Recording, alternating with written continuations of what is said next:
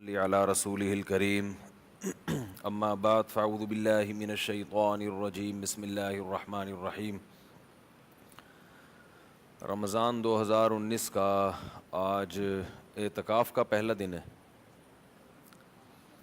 آواز بہت کم ہے بھائی۔ آج انشاءاللہ میں 22ویں پارے کا کچھ خلاصہ آپ کے سامنے پیش کروں گا۔ درس قرآن تو وہ ہوتا ہے کہ جب بیٹھ گئے تو بیٹھ گئے، وہ پوری ڈیٹیل میں درس ہوتا ہے۔ یہ درس قرآن نہیں ہے۔ انہوں نے جو عنوان دیا، یہ آپ نے JTR میڈیا پہ پہلے بھی دیکھا ہوگا کہ پہلے پارے سے لے کے دوسرا، تیسرا، چوتھا، یہ تمام پاروں کا 15-20 منٹ میں خلاصہ پیش کیا جا رہا ہے۔ تو یہ بھی انشاءاللہ خلاصہ ہوگا، یہ تھوڑا سا لمبا خلاصہ ہو جائے گا، تو 20 سے 25 منٹ ہو جائے گا، چونکہ یہ اعتکاف والے جو بیٹھے ہیں یہ تھوڑا غور سے سن رہے ہیں اور آئے ہی اسی کام کے لیے ہیں۔ تو میرا خیال ہے کہ یہاں تھوڑی سی بات اگر لمبی ہو جائے تو آپ لوگ پریشان نہیں ہوں گے انشاءاللہ، کیونکہ اور کوئی کام تو ہے نہیں، کوئی چائے بھی نہیں پینی، کوئی گٹکا بھی نہیں کھانا، کوئی پان بھی نہیں کھانا، یہاں سے کچھ کرنا تو ہے نہیں نا آپ لوگوں نے۔ تو یہ 10 دن ہوتے ہیں علماء کے پاس، یہ 10 دن ہوتے ہیں جس میں لوگ الحمدللہ یرغمال بنے بیٹھے ہوتے ہیں، کچھ کر نہیں سکتے۔ 22ویں پارے میں اللہ تعالیٰ نے رسول اللہ صلی اللہ علیہ وسلم کی جو زوجات ہیں، آپ کی بیویاں ہیں، ان کو خطاب کیا ہے، جو پچھلے پارے کے اختتام میں چل رہا تھا۔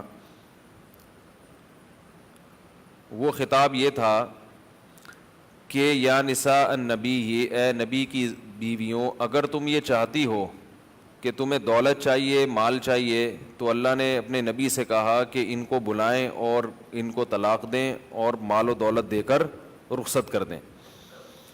اور اگر چاہتی ہو آخرت اور نبی، دنیا نہیں چاہتی آخرت چاہتی ہے، تو پھر اسی غربت میں نبی کے ساتھ گزارا کرنا پڑے گا۔ تو تمام امہات نے غربت کو گوارا کر لیا، مگر نبی سے علیحدگی کو برداشت نہیں کیا۔ اس پہ اللہ نے فرمایا کہ اگر تم میں سے کوئی کسی برائی کا ارتکاب کرے گی تو اسے دگنا عذاب ہوگا، اور اگر کوئی نیک عمل کرے گی تو اجر بھی دگنا ملے گا۔ تو اس سے ہمیں پتہ چلتا ہے کہ جس کا درجہ جیسا ہوتا ہے اس کو ثواب اور عذاب بھی اسی حساب سے ہوتا ہے۔ اس میں بہت ساری علمی باتیں ہیں، لیکن وقت کم ہے تو خلاصہ تو پھر خلاصہ ہی ہوتا ہے۔ تو نیکی جو ہے نا، جو بدلہ ہے، برائی ہے، وہ کسی کے بھی مرتبے کے حساب سے ہوتا ہے۔ اسی میں اللہ نے حکم دیا وَقَرْنَ فِي بُيُوتِكُنَّ، نبی کی زوجات کو حکم دیا جا رہا ہے کہ زمانہ جاہلیت میں جس طرح عورتیں رہا کرتی تھیں اس نظام کو ختم کر دو، اب اسلام آ گیا ہے تو اس کے حساب سے زندگی گزارو۔ تو اس میں اللہ نے ایک حکم یہ دیا قَرْنَ فِي بُيُوتِكُنَّ، اپنے گھروں میں قرار پکڑو۔ تو اللہ نے ان آیتوں میں بتا دیا کہ عورت کے لیے اصل کیا ہے، گھر کی 4 دیواری۔ یہ جو آج کل خواتین کو مردوں کے شانہ بشانہ لا کے کھڑا کیا جا رہا ہے کہ وہ جاب بھی کریں گی، وہ یہ بھی کریں گی، وہ کسی چیز میں مرد سے پیچھے نہیں ہیں، تو ان میں چند خواتین کا خیال کیا جاتا ہے، لیکن انسانیت کا خیال نہیں کیا جا رہا۔ انسانیت تباہ ہو رہی ہے۔ ایک فطری نظام ہے نا کہ مرد گھر سے باہر ہوگا تو گھر کون سنبھالے گا؟ عورت۔ تو اگر عورت بھی گھر سے باہر، مرد بھی گھر سے باہر، تو پھر گھر نہیں، وہ ہوٹل بن جائے گا جہاں رات کو میاں بیوی کی ملاقات ہوگی۔ ہوٹل میں بھی تو یہی ہوتا ہے نا، تو رات کو ملاقات ہوتی ہے، دن میں جہاں مرضی جاؤ۔ تو یہ گھر نہیں ہوگا، پھر کیا ہوگا بھائی؟ ہوٹل ہوگا۔ تو یہ بہت اہم شریعت کا حکم ہے کہ اسلام فیملی سسٹم کا قائل ہے، وہ گھریلو نظام کو بچانے کی اہمیت کا قائل ہے۔ تو اپنے گھریلو نظام کو اگر بچانا ہے تو گھر کی خواتین کو گھر میں رکھا جائے۔ جاب کرنا انتہائی شدید مجبوری میں، بلا ضرورت یہ کام نہیں ہوگا۔ گھر تو اس کے بعد امہات المومنین گھروں میں رہی ہیں، اور اللہ تعالیٰ نے کچھ صحابیات نبی صلی اللہ علیہ وسلم کے پاس آئی تھیں، انہوں نے عرض کیا یا رسول اللہ، اسلام میں مردوں کے لیے تو احکام ہیں، ہر جگہ اللہ نے مردوں کو خطاب کیا یا ایھا الذین آمنوا، اے ایمان والو، اصل میں جب یا ایھا الذین آمنو ہوتا ہے تو اس میں عورتیں خود بخود داخل ہوتی ہیں، لیکن صحابیات کو یہ اشکال ہوا تھا کہ ہر جگہ مرد کو خطاب ہے، تو اس پر یہ آیتیں نازل ہوئیں ان المسلمین والمسلمات. یعنی ان آیتوں کا خلاصہ یہ تھا کہ جتنے احکام قرآن میں مردوں کو دیے جا رہے ہیں، جب تک مرد کی کوئی خصوصیت نہ ہو تو ان میں عورتیں خود بخود شامل ہیں. ان المسلمین والمسلمات، اسلام کے کام کرنے والے مرد ہوں یا عورتیں ہوں، والمؤمنین والمؤمنات، ایمان والے مرد ایمان والی عورتیں، والقانتین والقانتات، اللہ کی اطاعت کرنے والے مرد اور اللہ کی اطاعت کرنے والی عورتیں، والصادقین والصادقات، سچے مرد سچی عورتیں، صابرین والصابرات، صبر کرنے والے مرد ہوں یا صبر کرنے والی عورتیں، اور الخاشعین والخاشعات، اللہ سے ڈرنے والے مرد ہوں یا اللہ سے ڈرنے والی عورتیں ہوں، والمتصدقین والمتصدقات، صدقہ کرنے والے مرد ہوں یا عورتیں ہوں، روزہ رکھنے والے مرد ہوں یا عورتیں ہوں، اپنی عفت اور پاک دامنی کی حفاظت کرنے والے مرد ہوں یا عورتیں ہوں، اللہ کا ذکر کرنے والے مرد ہوں یا عورتیں ہوں، سب کے لیے اللہ نے مغفرت اور اجر عظیم تیار کر کے رکھا. یعنی اس میں بتا دیا کہ جتنے اچھے کام ہیں اس میں اللہ کے ہاں مرد اور عورت میں کوئی فرق نہیں ہے. کچھ کام ایسے ہیں جو اللہ نے مردوں کو الگ سے دیے اور عورتوں کو الگ سے، اس میں یہ کہ کمانا کس کی ذمہ داری ہے بھائی؟ مرد. اور عورتوں کو گھر میں کہا کہ گھر میں بیٹھ کے کھاؤ.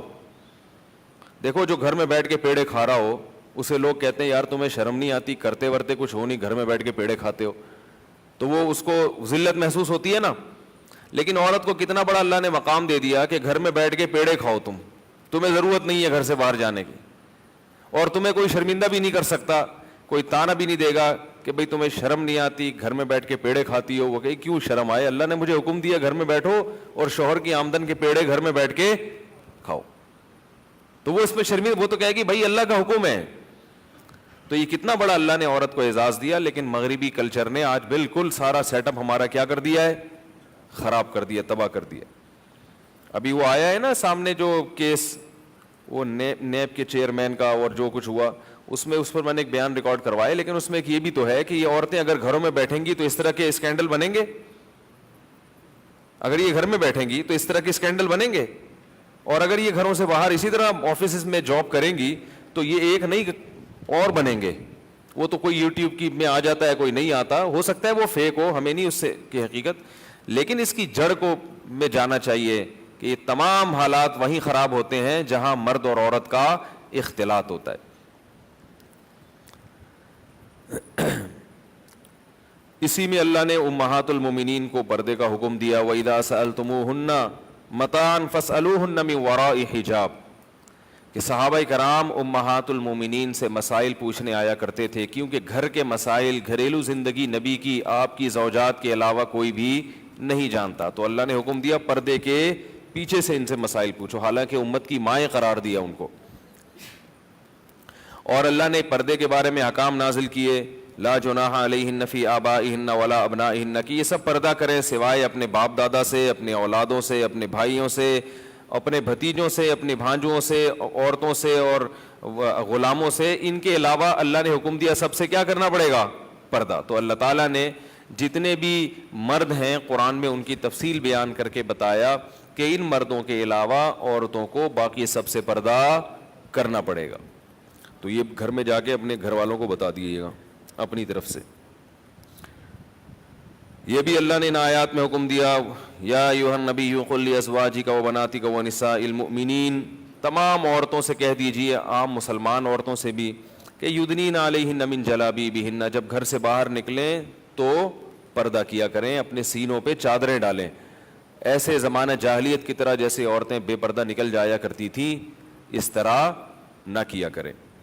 تو اس پہ پردہ فرض ہوا. پھر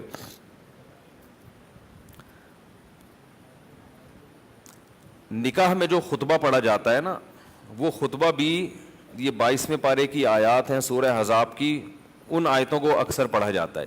وہ آیتیں کیا ہیں؟ یا ایھا الذین آمنوا اتقوا اللہ وقولوا قولا سدیدا. آپ میں سے جتنے شادی شدہ لوگ بیٹھے ہیں وہ ان کو اپنی شادی تو یاد ہے، مگر وہ خطبہ یقیناً بھول گئے ہوں گے جو شادی کے وقت خطبہ پڑھا گیا تھا نا. حالانکہ اس میں وہ بہت اہم خطبہ تھا. اس میں یہ آیتیں تھیں، یا ایھا الذین آمنوا اتقوا اللہ، ایمان والو اللہ سے ڈرو، وقولوا قولا سدیدا, اور ہمیشہ سیدھی بات کیا کرو. تو علماء کہتے ہیں یہ نکاح سے پہلے یہ آیتیں اس لیے رکھی گئی ہیں تاکہ دولہا دلہن کو بتایا جا رہا ہے کہ ابھی اسے تہیا کرو, بات ٹیڑھی میڑھی گول مول گھما پھرا کے نہیں کرو گے, کیونکہ میاں بیوی میں لڑائیاں, طلاقیں, جھگڑے پھڈے کیا سے ہوتے ہیں, سب ایک دوسرے کو جھوٹ بول رہے ہوتے ہیں, گھما رہے ہوتے ہیں بات کو. تو سیدھی طرح بولا کرو. جب انسان بات سیدھی کرتا ہے تو سیدھی بات وہی کرے گا جس کا عمل بھی سیدھا ہوگا. اسے پتا ہے کہ میں اگر 2 نمبر ہی کروں گا, پکڑا جاؤں گا, تو میں بولوں گا سچ, تو سچ کے خوف سے انسان پھر 2 نمبر ہی بولے بھائی چھوڑ دیتا ہے. تو اس لیے اللہ نے فرمایا قولوا قولا سدیدا, جب بھی بات کرو کیا کرو, درست بات. اس سے فائدہ کیا ہوگا, یصلح لکم اعمالکم, تمہارے اعمال کو سیدھا کر دے گا اللہ. سچ جو ہے نا انسان کو کے عمل کو صحیح کر دیتا ہے. اسے پتا ہے یار میں جھوٹ نہیں بولتا, تو میں خام خواہ میں ایسا کام کروں پھر مجھے اس کی غلط لاجک پیش کرنی پڑے, تو بہتر ہے کام ہی ایسا کرو کہ جو سب کے سامنے اس کو بیان کر سکو. تو یہ جب کام ہوگا تو پھر آپس میں محبت سے زندگی گزاریں گے. تو وہ خطبہ کا چونکہ پتہ ہی نہیں ہوتا, لہذا وہ پھر زندگی جیسے گزر رہی ہے آپ سب کو پتہ ہے. اس کے بعد سورہ سبا ہے. اللہ تعالیٰ نے سورہ سبا کی ابتدا کی ہے اپنی تعریف سے, الحمدللہ الذی لہ ما فی السماوات و ما فی الارض, تمام تعریفیں اس اللہ کے لیے جس کے جو آسمانوں اور زمین کا مالک ہے. اللہ نے بہت اپنی توحید اور اپنی قدرت کے دلائل دینے کے بعد فرمایا کہ وقال الذین کفروا هل ندلکم, کافر کیا کہتے ہیں, بھلا ہم تمہیں ایسے پیغمبر کا بتائیں, ایسے شخص کا بتائیں جو یہ کہتا ہے اذا مزقتم کل ممزق, جب تم مر کے مٹی ہو کے ختم ہو جاؤ گے, انکم لفی خلق جدید, تم دوبارہ پیدا ہوگے. یعنی وہ مذاق اڑایا کرتے تھے, جا کے بتاتے تھے پتہ ہے ایک شخص آیا ہے ہماری قوم میں جو یہ کہتا ہے کہ جب ہم مٹی ہو کے ختم ہو جائیں گے نا تو پھر دوبارہ بھی زندہ ہوں گے, تاکہ یعنی لوگ کیا کریں, نبی صلی اللہ علیہ وسلم کا مذاق اڑائیں. تو مذاق کی نیت سے یہ الفاظ دہرایا کرتے. پتہ ہے ہم بتائیں, ایک بندہ ہمارے قوم میں, ہمارے ہاں ایک محلے میں ایک ایسا آدمی بھی ہے جو یہ باتیں بھی کر رہا ہے. جیسے کوئی بھی محلے میں آ جائے نا, کوئی عجیب باتیں شروع کر دیں تو لوگ جا کے مذاق اڑانا شروع کرتے ہیں. تو اس طرح مذاق اڑایا کرتے تھے. اور پھر کہتے تھے افطرا علی اللہ کذبا ام بہ جنہ, پتہ نہیں ہے محمد صلی اللہ علیہ وسلم اللہ پہ جھوٹ باندھ رہے ہیں یا ان کو جنون ہو گیا ہے, کچھ تو ہے, یا تو مجنون اور دیوانہ ہونے کی وجہ سے کچھ ایسی باتیں منہ سے نکل رہی ہیں جو ان کو خود بھی نہیں پتا کہ میں کیا کہہ رہا ہوں, یا یہ جان کر کیا کر رہے ہیں اللہ پہ جھوٹ باندھ رہے ہیں. اللہ فرماتے ہیں بل الذین لا یؤمنون بالآخرہ, اصل بات یہ کہ ان کا آخرت پر ایمان نہیں ہے. محمد صلی اللہ علیہ وسلم کی بات درست ہے, یہ ایمان نہ ہونے کی وجہ سے ان کو چونکہ اپنے اعمال کی جواب دہی کا خوف نہیں ہے, اس خوف نہ ہونے کی وجہ سے بے خوف ہو گئے اور جو منہ میں آ رہا ہے بک رہے ہیں. کیونکہ ہم جب مردوں کو زندہ کریں گے تو اس کے دلائل ہمارے پاس بہت مضبوط ہیں. وہ دلائل کیا ہیں, افلم یروا الی ما بین ایدیہم وما خلفہم, اپنے سامنے اور اپنے پیچھے آسمان اور زمین کی طرف نہیں دیکھتے. ان نشا من السماء والارض, آسمان اور زمین کو, اس پورے نظام کو دیکھو, ان میں سے ایک ایک چیز بڑی عجیب ہے. تو جو رب یہ چیزیں بنا سکتا ہے وہ انسان کو دوبارہ زندہ کیوں نہیں کر سکتا. دوسرے مقام پہ آتا ہے کہ جس نے پہلی دفعہ بنایا جو کہ مشکل ہے وہ دوبارہ کیوں نہیں بنا سکتا. کسی چیز کو دوسری دفعہ بنانا زیادہ مشکل ہے یا پہلی دفعہ بنانا؟ پہلی دفعہ, جب کچھ بھی نہیں تھا. اللہ فرماتے ہیں کچھ بھی نہیں تھے بنا دیا, تو اب تو مٹی تو ہونا کم از کم, اسی کو ریورس لگا دیں گے دوبارہ. منہا خلقناکم, سورہ طٰہٰ میں کیا فرمایا, اسی مٹی سے بنایا. وفیہا نعیدکم, دوبارہ مٹی کر دیتے ہیں. ومنہا نخرجکم, اسی کو ریورس کر کے دوبارہ وہی بنا دیں گے. تو 2 دفعہ تو تم نے دیکھ لیا کہ مٹی سے انسان بن کے, مٹی کے پتلے ہیں جو جان ڈل جاتی ہے ان میں, کوئی وسیم بھائی, کوئی ستار بھائی, کوئی کلیم بھائی, کوئی چودھری عبد القدوس, کوئی وڈیرا علاقے کا, کوئی سلیم کباڑیا, کوئی وسیم گولے گنڈے والا. یہ ساروں کی اصل کیا ہے؟ کوئی کہہ سکتا ہے یہ مٹی تھے؟ اسی مٹی کو کھینچ کے اللہ نے کیا بنا دیا. اب کوئی کہہ سکتا ہے یہ دوبارہ مٹی بن جائیں گے؟ وہ کہہ سکتے ہیں تو اس لیے کہہ رہے ہیں کہ دیکھ چکے ہیں, نہ دیکھا ہوتا تو کوئی بھی نہیں کہتا. فرمایا وفیہا نعیدکم, اسی میں لوٹاتے ہیں. ومنہا نخرجکم تارۃ اخری, تو 2 قدرت دکھا دی, ایک پر ایمان لے آؤ ہمارے کہنے سے. یہ کوئی عقل سے بعید نہیں ہے.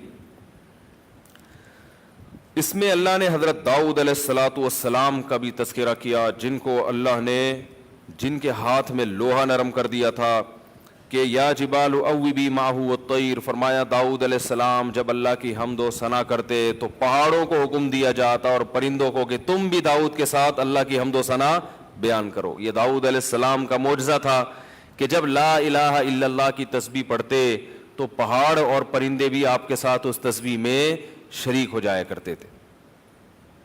پھر اللہ نے داؤد علیہ السلام کے بیٹے سلیمان کا ذکر کیا کہ یہ سب اللہ کی قدرت ہے نا، جس کا تورات اور انجیل میں بھی تذکرہ ہے اور تاریخی کتابوں میں بھی تذکرہ ہے۔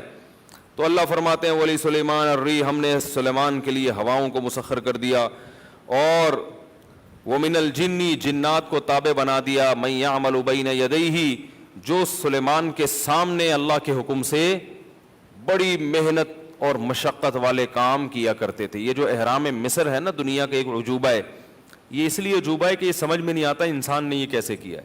تو عین ممکن ہے کہ یہ کام کس کا ہو؟ سلیمان علیہ السلام نے جنات کے ذریعے، کیونکہ قرآن میں آتا ہے کہ جنات بڑی بڑی عمارتیں بنایا کرتے تھے۔ کیونکہ یہ احرام مصر عجوبہ اس لیے ہے کہ یہ بے جوڑ کی دیواریں اتنی بڑی بڑی پہاڑ پہ لے کے چڑھا کون ہے؟ اتنی بڑی دیواریں، اینٹیں ہوتی نا تو سمجھ میں آتا ہے کہ یہ تو جوائنٹ تو نہیں ہے اس میں، پوری دیواریں، تو یہ اوپر لے کے گیا کون ہے؟ تو عین ممکن ہے جنات لے کے گئے ہوں، اور یہ بھی ممکن ہے کہ انسانوں نے کیا ہو لیکن ہماری سمجھ میں نہ آ رہا ہو۔ اللہ نے اس میں قوم سبا کا ذکر کیا کہ ہم نے ان کو خوب لہلہاتی فصلیں عطا کی تھیں، باغات دیے تھے، بہت کچھ اللہ نے ان کو دیا، مگر انہوں نے اللہ کی نعمت کی ناشکری کی، اللہ نے ان کو تباہ و برباد کر دیا۔ اور شیطان نے جو اللہ سے وعدہ کیا تھا کہ تیرے اکثر لوگ ناشکرے ہوں گے، تو شیطان نے جو گمان کیا تھا نا، اس گمان کو سچا پایا کہ بھائی ایسا ہی ہوگا۔ اللہ فرماتے ہیں زیادہ تر لوگ کیا کرتے ہیں؟ اللہ کی نافرمانی کرتے ہیں۔ اللہ تعالیٰ نے اس صورت میں جو مشرک لوگ ہیں اللہ کے سوا دوسروں کی عبادت کرتے ہیں ان کا بتایا، ما یملکون من قطمیر، یہ تو کھجور کی جو ایک چھلکا ہوتا ہے نا، وہ جھلی، اس تک کے مالک نہیں ہیں یہ لوگ، تم ان کی عبادت کرتے ہو، ان کو پوچھتے ہو۔ اور اللہ نے یہ بھی بتایا کہ اپنی دولت پہ، اپنے مال پہ فخر نہ کرو، وما اموالکم ولا اولادکم باللتی تقربکم عندنا زلفیٰ، تمہارا مال اولاد تمہیں اللہ کے، یعنی اس کی کثرت اور مال، یہ قیامت کے دن اللہ کے قرب کا ذریعہ نہیں بنے گی۔ ایسا نہیں ہوگا کہ تمہاری اولاد تمہیں بچا لے، تمہارا مال تمہیں بچا لے۔ اللہ کسی کی اولاد دیکھ کر اور مال دیکھ کر اس سے محبت نہیں کرتے۔ عرب کی عادت تھی بیٹوں کی کثرت پہ نہ فخر کرتے تھے کہ ہم اللہ کے زیادہ محبوب ہیں، ہمارے پاس اتنے بیٹے ہیں۔ آج بھی آپ نے دیکھا ہوگا جن کے بیٹے زیادہ ہوں وہ سمجھتے ہیں کہ اللہ ہم سے خوش ہے، بیٹے ہی بیٹے دے رہا ہے، اور جن کی بیٹیاں زیادہ ہوں وہ سمجھتے ہیں اللہ ہم سے، بھائی بول لینا تھوڑا سا، اللہ ناراض ہے، بیٹیاں ہی دے رہا، بیٹا دے ہی نہیں رہا۔ تو یہ اگر ناراضی یا خوشی کی علامت ہوتی تو نبی کے تو بیٹیاں تھیں یا بیٹے تھے؟ نبی کے تو بیٹیاں تھیں، 4 بیٹیاں، آپ کو بیٹا تو ملا بھی تو اللہ نے بچپن میں ہی اٹھا لیا۔ تو اللہ یہ بتا رہے ہیں کہ بیٹے کثرت سے ہونا یہ اللہ کی رضا کی دلیل نہیں ہے۔ لیکن اس کے خلاف ایک دوسری آیت بھی ہے کہ اگر تم تقوی اختیار کرو گے، یمددکم باموال وبنین، اللہ تمہیں مال بھی دے گا اور کثرت سے بیٹے بھی دے گا۔ تو ان دونوں آیتوں میں تطبیق یہ ہے کہ من حیث القوم، کسی قوم میں بیٹیوں کا گروتھ ریشو بڑھ جانا، یہ اس کی علامت ہو سکتا ہے کہ اس قوم میں گناہ کا ریشو زیادہ ہے۔ فرد واحد کے بیٹیاں زیادہ ہو جانا یہ اس کی علامت نہیں ہے کہ اللہ اس سے ناراض ہے۔ سمجھ رہے ہیں؟ بڑے بڑے اہل اللہ ہیں ان کی بیٹیاں، اور بڑے بڑے نالائق لوگ ہیں جن کے بیٹے ہی بیٹے ہیں، لیکن کسی قوم میں گروتھ ریشو بیٹیوں کا بہت زیادہ بڑھ جائے اور بیٹوں کا کم ہو جائے تو یہ گناہ کا اثر ہو سکتا ہے۔ سمجھ رہے ہیں؟ کیونکہ قوم سے جب قرآن خطاب کر رہا ہے نا تو قومی سطح پہ بیٹوں کی کثرت سے قوم مضبوط ہوتی ہے اور ان کا آبادی کا ریشو بھی کیا ہو جاتا ہے؟ بڑھ جاتا ہے۔ تبھی حدیث میں آتا ہے قرب قیامت میں 50 عورتوں کے مقابلے میں 1 مرد ہوگا۔ تو کیا ہے؟ قرب قیامت میں گناہ بڑھ جائیں گے نا تو وہ جو ریشو ہے وہ کیا ہو جائے گا؟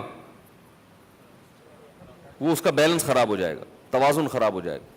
تو کسی فرد واحد کے بیٹیاں زیادہ ہونا یہ تو اللہ کی رحمت ہے، لیکن من حیث القوم بیٹیاں ہی بیٹیاں ہو رہی ہیں، بیٹے بہت کم ہو گئے، تو پھر اس کا خطرہ ہو سکتا ہے کہ اللہ اس قوم کو معاشی لحاظ سے کمزور کر رہے ہیں، اور یہ گناہوں کے اثرات ہو سکتے ہیں۔ یہ جو چائنا اور انڈیا ہے نا، ان کے ہاں بیٹیوں کا ریشو بے پناہ ہے، لیکن ہے کیوں نہیں؟ اس لیے کہ یہ بیٹیوں کو ماؤں کے پیٹ میں مار دیتے ہیں، ورنہ ان کے ہاں اتنی بیٹیاں پیدا ہوں کہ ان کو مرد نہ ملے۔ آج کو مسئلہ یہ ہے کہ عورت نہیں مل رہی شادی کے لیے، لیکن وہاں مسئلہ کیا ہونا چاہیے تھا کہ مرد نہیں ملنا چاہیے تھا۔ تو یہ کروڑوں لڑکیاں ماں کے پیٹ میں قتل کر دی جاتی ہیں، تب انہوں نے گروتھ ریشو پہ کنٹرول کیا ہے۔ سمجھ میں آ رہی ہے بات کہ نہیں آ رہی ہے؟ نہیں آ رہی میرا خیال۔ روزے کے اثرات لگ رہے ہیں آپ لوگوں کے چہروں پر۔ اس سورت میں سورہ سبا میں ایک بہت اہم آیت بھی ہے جو قرآن میں دوسرے مقام پر اس انداز سے خطاب نہیں کیا گیا۔ وہ خطاب یہ ہے، قل اے نبی ان سے کہہ دیجئے، انما اعظکم بواحدہ، میں تمہیں ایک چیز کی نصیحت کرتا ہوں۔ جب آپ بہت زیادہ نصیحت کرتے ہیں، بہت دلائل دیتے ہیں، چاند کے 2 ٹکڑے کر دیے، معراج پہ ہو کر آ گئے اور پوری خبریں ان کو بتا دیں، پھر آپ کی 40 سالہ زندگی مشرکین کے سامنے، پھر آپ کی جو دعوت تھی وہ کتنی خوبصورت دعوت تھی، تو معجزات کے پھر جو کلام آپ پر پیش کیا گیا اس کی کوئی نظیر نہیں ملتی۔ تمام معجزات نبی نے اپنی نبوت کے حق میں دے دیے، مگر وہ ایمان نہیں لے کے آ رہے اور بحث بڑھتی جا رہی ہے، مخالفت بڑھتی جا رہی ہے۔ تو اللہ نے کہا نبی ان سے کہہ دیجئے کہ ایک بات پر آ جاؤ، خالی صرف ایک بات، انما اعظکم بواحدہ۔ ہم پنجابی میں کہتے ہیں نا، گل ویلے دی تے پھل موسم دا۔ بھائی تو پتے کی بات کر، ایک بات کر، ٹو دا پوائنٹ بات کر، بہت بحث بہت ہو گئی ہے بھائی، ایک کوئی اصل بات کر، تو مجھ سے چاہتا کیا ہے، کہتے ہیں نا یہ۔ تو اللہ تعالی نے بھی اس طرح گویا بحث کو سمیٹتے ہوئے نبی سے کہا، ان سے کہہ دیجئے انما اعظکم بواحدہ، میں تمہیں ایک بات کی نصیحت کرتا ہوں، اس پہ غور کر لو، اس کو فوکس کر لو کہ وہ کیا ہے، ان تقوموا للہ مثنی و فرادا، کہ تم اکیلے یا 2-3 لوگ مل کے بیٹھ کے غور کرو۔ کیا غور کرو؟ ما بصاحبکم من جنہ، کہ یہ جو محمد صلی اللہ علیہ وسلم ہے یہ مجنون تو نہیں ہے کہیں، ان کی عقل صحیح کام کر رہی ہے۔ یعنی زیادہ بڑا مجمع اکٹھا نہیں کرو، ٹھیک ہے نا، بحث شروع ہو جائے گی، پھر آپس میں اختلاف۔ 2-3 آدمی یا تنہائی میں اکیلے میں بیٹھ کے ہر آدمی خود غور کر لے تو یقیناً اس کا دل کیا گواہی دے گا کہ یہ مجنون، آج تک کوئی مجنون ہم نے ایسا نہیں دیکھا۔ مجنون تو پاگل ہوتے ہیں نا، جو دیکھو پاگل تھوڑا بھی بہت ہوتا ہے۔ پاگل کیا ہوتا ہے؟ کبھی تھوڑا پاگل دیکھا کسی کو آپ نے؟ بھئی یہ تھوڑا سا پاگل ہے، کبھی دیکھا آپ نے؟ جو تھوڑا سا پاگل ہے وہ تھوڑا نہیں ہوتا، کیونکہ تھوڑا سا پاگل کا مطلب کبھی بھی کوئی بھی الٹا کام وہ کر سکتا ہے، تو وہ تو زیادہ پاگل ہے۔ ایک پاگل کا آپ کو پتا ہے کہ یہ پورا پاگل ہے، اس سے انسان بچ کے رہتا ہے۔ ایک تھوڑا سا پاگل ہے تو دیکھنے میں پاگل نہیں لگتا، لیکن کسی بھی وقت وہ پاگل پنے کی حرکت کرے گا اور آپ کا بیڑا غرق کر دے گا۔ اس لیے پاگل کے بارے میں جو رپورٹ ہے جو سائنسدانوں کی، وہ رپورٹ یہ ہے کہ پاگل میں تھوڑا زیادہ نہیں ہوتا، جو تھوڑا سا ہوتا ہے وہ بھی، کیا خیال ہے بھائی، وہ بھی بہت زیادہ ہوتا ہے۔ تو یہ بار بار نبی صلی اللہ علیہ وسلم کو مجنون کہتے تھے، مجنون کہتے تھے، مجنون، یہ دیوانے ہیں، یہ دیوانے ہیں، یہ مجنون ہیں، یہ دیوانے ہیں۔ تو اللہ نے کہا کبھی تنہائی میں بیٹھو، آج تک کسی دیوانے کو ایسا دیکھا ہے کہ جس کی زبان سے ایسے حکمت کے موتی جھڑتے ہوں، ایسی خوبصورت تعلیمات اس کی زبان سے جاری ہوتی ہوں؟ کبھی دیکھا کسی مجنون، کسی پاگل کو، کسی دیوانے کو اس قسم کی تعلیمات دیتے ہوئے؟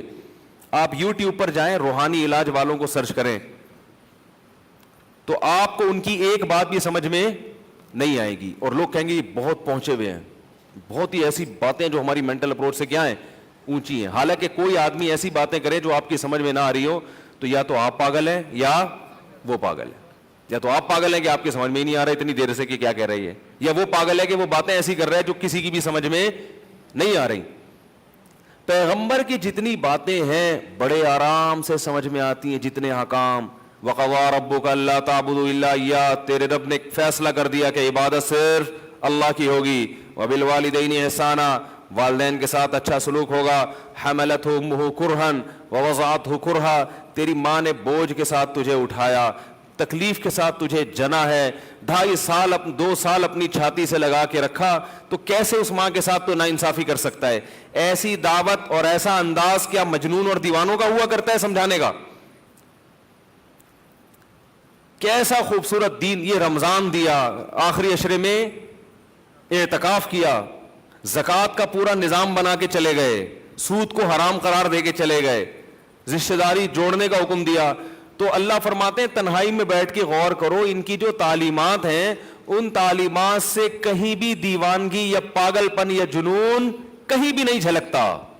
تمہیں لگے گا کہ ان سے زیادہ ذہین, عقل مند اور قوم کا خیر خواہ آج تک ہم میں پیدا ہوا ہی نہیں ہے. تو اللہ ان کو حکم دے رہے تنہائی میں بیٹھ کے ذرا غور کرو. ان تقوموا للہ مثنا وفرادا ما بصاحبکم من جنہ ان هو الا نذیر لکم بین یدی عذاب شدید. تمہاری عقل خود گواہی دے گی یہ صرف ہماری خیر خواہی کے لیے آئے ہیں اور ہمیں اللہ کے عذاب سے ڈرا رہے ہیں کہ اللہ کی مان کے چلو ورنہ انجام اچھا نہیں ہوگا. پھر اللہ نے فرمایا کہ اے نبی ان کو کہہ دیجئے ما سألتکم علیہ من اجر, میں تو تم سے دعوت, یہ مکی دور میں آیتیں نازل ہوئی ہیں نا مکی زندگی میں, میں اور میرے ساتھی تکلیفیں برداشت کر رہے ہیں, تم کو دعوت دے رہے ہیں اور اس پر ہمیں کوئی اجر نہیں ملتا, کوئی کمیشن بھی نہیں ہے.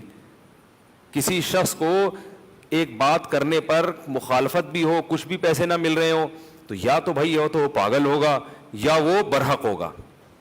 تو تمہاری عقل نے بتا دیا کہ وہ مجنون تو نہیں ہے, تو یقیناً اس کی علامت ہے یہ اللہ کے بھیجے ہوئے پیغمبر ہیں جو تمہیں سیدھے راستے پر لانے کی کوشش کر رہے ہیں.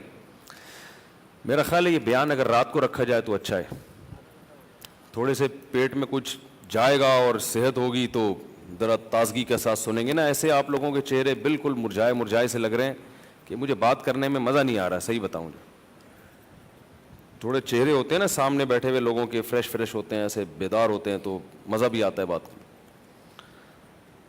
اچھا بس یہ ختم ہو رہا ہے. یہ اسی صورت میں سورہ فاطر ہے جس میں اللہ تعالیٰ نے بتایا کہ تم جن بتوں کو پکارتے ہو وہ ایک قطمیر کے مالک بھی نہیں ہیں, اور انسان کو بتایا یا ایھا الناس انتم الفقراء الی اللہ, اے لوگو تم سب اللہ کے در کے محتاج ہو, سارے کے سارے فقیر ہو, صرف اللہ ہے جو کسی کا محتاج نہیں ہے. اسی صورت کے آخر میں سورہ یاسین بھی شروع ہو رہی ہے. ایک اور اہم آیت ہے یمسک السماوات والارض, اللہ فرماتے ہیں زمین اور آسمان کا پورا نظام جو ہے نا یہ ہم نے تھاما ہوا ہے. کیسے زمین لٹو کی طرح سورج کے گرد گھوم رہی ہے, اگر ہم اس کو تھامنا چھوڑ دیں اور یہ ڈس بیلنس ہو جائے تو دنیا میں کسی میں طاقت نہیں ہے کہ اس کو دوبارہ, اس نظام کو دوبارہ بحال کر سکے. کیسے زمین گھوم رہی ہے, اگر یہ زمین اپنے ٹریک سے تھوڑی, دیکھو پٹری ٹرین ٹریک سے ہٹتی ہے دوبارہ کرینوں کے ذریعے اس کو رکھ دیا جاتا ہے, ایسا ہی ہے نا. لیکن یہ جو زمین گھوم رہی ہے یہ تھوڑا سا اپنے ٹریک سے ہٹے تو اللہ فرماتے ہیں تمہارے سائنسدانوں میں اتنی طاقت نہیں ہے کہ وہ زمین سے باہر جا کے دھکے لگائیں, صحیح ہے نا, سارے مل کے, اور اس کو اسی ٹریک پر واپس لے کر آئیں. تو ایسے تو تم ہمارے محتاج ہو اور باتیں کرتے ہو بڑی بڑی, کون ہمیں قیامت میں زندہ کرے گا, کون پیدا کرے گا, میں اپنی منمانی زندگی گزاروں گا. تو مجنون اللہ کے پیغمبر نہیں ہے, مجنون ہم لوگ ہیں جو پیغمبر کی دعوت کو قبول نہیں کر رہے. اس کے بعد سورہ یاسین ہے جس میں اللہ تعالیٰ نے ایک پیغمبر کا واقعہ سنایا. وہ واقعہ انشاءاللہ کل بیان کریں گے کیونکہ اس کا زیادہ حصہ اگلے پارے میں. اللہ تعالیٰ سے دعا ہے اللہ تعالیٰ سمجھنے کی, عمل کرنے کی توفیق عطا فرمائے. یہ اس میں